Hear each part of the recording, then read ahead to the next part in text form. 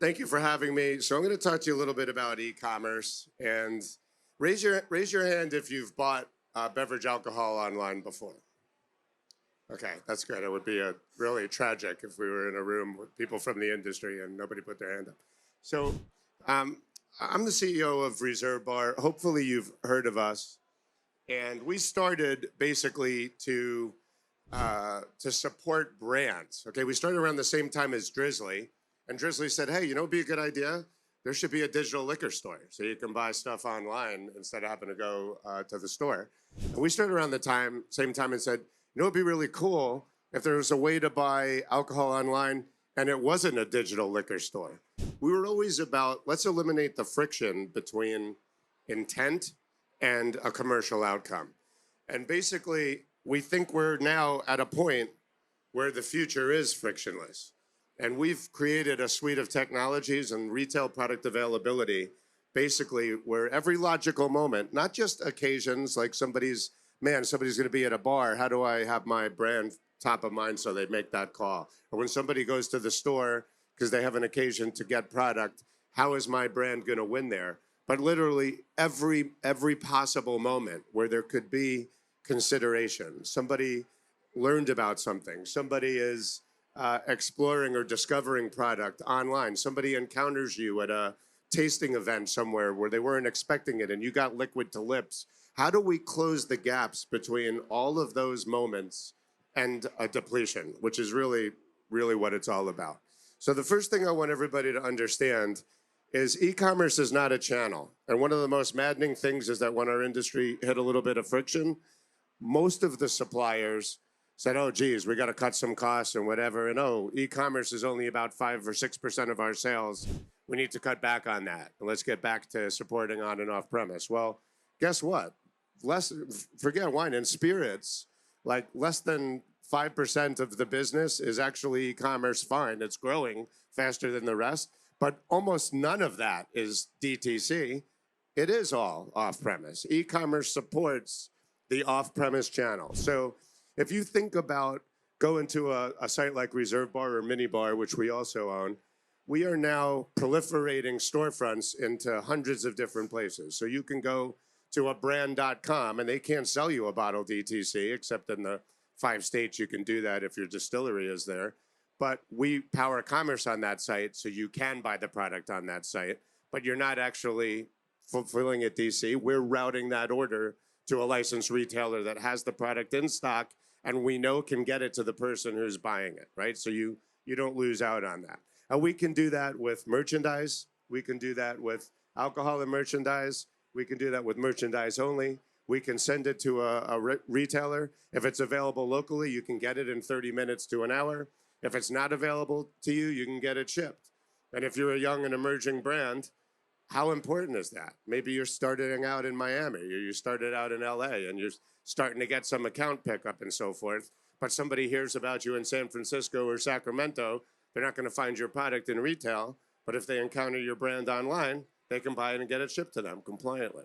So we provide a lot of access that's important to brands big and small, and we can do that. And by the way, if you are in Kentucky or in New York, which is a state where you can ship DTC, we'll route that order in that instance to the distillery. So if you're a supplier, you can make maximum margin on it. So we talk about this concept as being called e-commerce everywhere.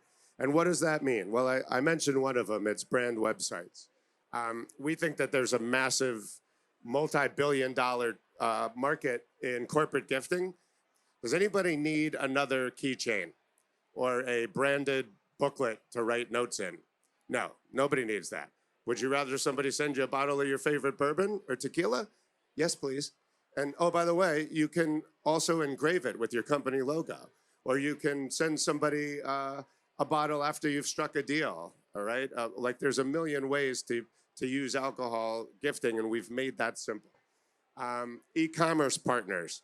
Do you think it makes sense for, you guys know Barsys, the new technology that's kind of making it sort of like, if you remember DrinkWorks, it's like DrinkWorks, but it actually works. It makes a good cocktail. So like it would be very difficult for them to sell alcohol, right? Because they don't have a retail network, they don't hold a license. they can use our technology. And now when you buy a Barsys system, you can also add, 3 or 4 of your favorite spirits to that cart, check out on barsys.com and get both the machine and the alcohol you'd need to make the drink. That's eliminating friction. Publishers, one of the real breakthroughs we have, and by the way, this has happened, the future is frictionless, this future is now. How many people like affiliate links where you're reading a listicle and it says, hey, here's 7 great gins to try right now, and you fat-thumbed and all of a sudden you're on a PDP on some retailer you never heard of, and you're like, wait a second, I was just reading an article. What happened? That doesn't make sense. And the publisher loses because they make money when you're reading articles on their site, right? Well, our technology now enables AI to go on a website, find every shoppable word, and make every one of those terms shoppable in situ without leaving the website. So you can build a whole cart on like a whiskey advocate or wine enthusiast. And when you're done, because maybe that listicle, you liked 3 or 4 of the products you were reading about and you want to cart them all. So these kinds of elimination of friction, turning content into commerce is happening with e-commerce technology. We're launching a retail media network. Right now, if you go to the biggest BevAlc retailer in the country, Total Wine, there's no ads on that site, none. They can't take money because of tied house from the suppliers. Go to Kroger, you're gonna see ads for Fritos, Pepsi, and paper towels, and whatever the run-a-site ads are that make no sense shopping that category because they can't get money from the suppliers. We're gonna aggregate all of that space and make it available to suppliers so you actually can have a presence on retail sites when people are shopping our category. That's gonna be a game changer. CPG spends over 20% of their entire marketing budgets today on retail media, and it's not available to us. We're gonna break through on that.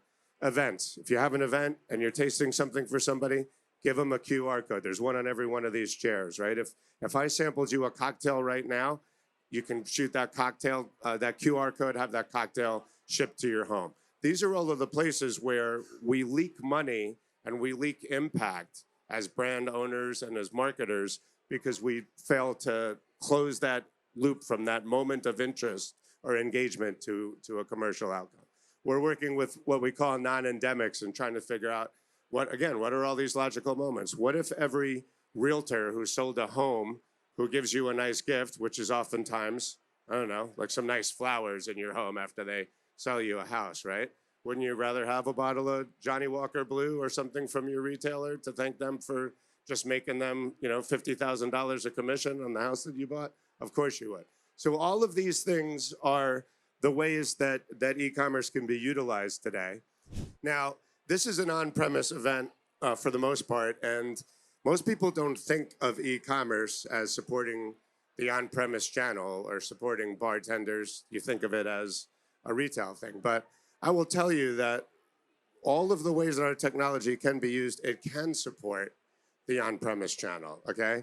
There's no reason, as a bartender, if you wanted to right now, you could get in touch with us and you could spin up your own store, curate whatever products were your favorite products, and sell them and give your card to your friends when people ask you, hey, what bourbon should I be drinking? Or you got any cool new gin cocktails for me? Yeah, go to my website. It's on my card, and my favorite products and recipes are there, and you can buy them there, by the way. And when you do, you support me, and you can actually get some action on that. That's something that we can support. That's pretty cool.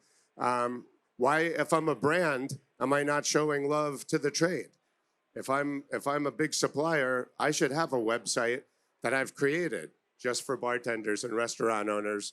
And I can, before I launch a product to the consumer world, I should probably launch it to the super important people in the on-premise side of the industry and say, hey, we're launching this thing. We want to make it available to you before we even make it available to the consumer because you're special and important to us. Our technology could support that. When it comes to like trade engagements and so forth, bartenders buy a lot of alcohol too, but we don't think about letting them buy. Like everything isn't just about, hey, you work someplace, consider my brand for your restaurant or bar to buy it and put it on the back shelf. Like these people are engaged. Maybe you want to make it easy for them to buy it directly from you also in general, right? And give them maybe more rich information than you give the consumer. Like on the distilled, well, we don't want to go two-star. If it's 1,000 times distilled, leave that out, apparently.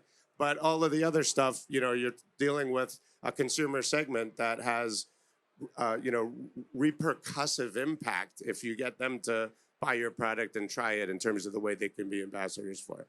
And the last thing is, when it comes to on-premise, all of those things can be activated. I still don't understand today why I go out and I do this all the time. I have a really good bottle of wine at a restaurant, and maybe I take a picture of it with my phone, or I jot it down in my notes, and then I go and try to find that wine because I thought it was really fantastic, right? And that bar or restaurant turned me onto it, and then I got to go find them. Oh, no, I don't carry that. I can order it for you if you want, which most good retailers will do if it's available to them.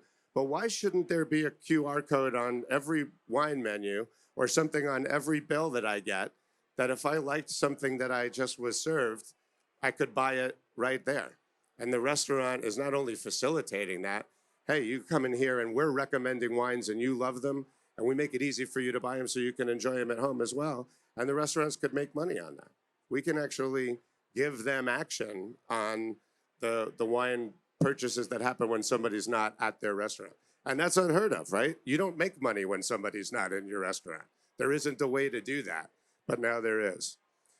That's kind of the lay of the land for e-commerce, and I appreciate your time.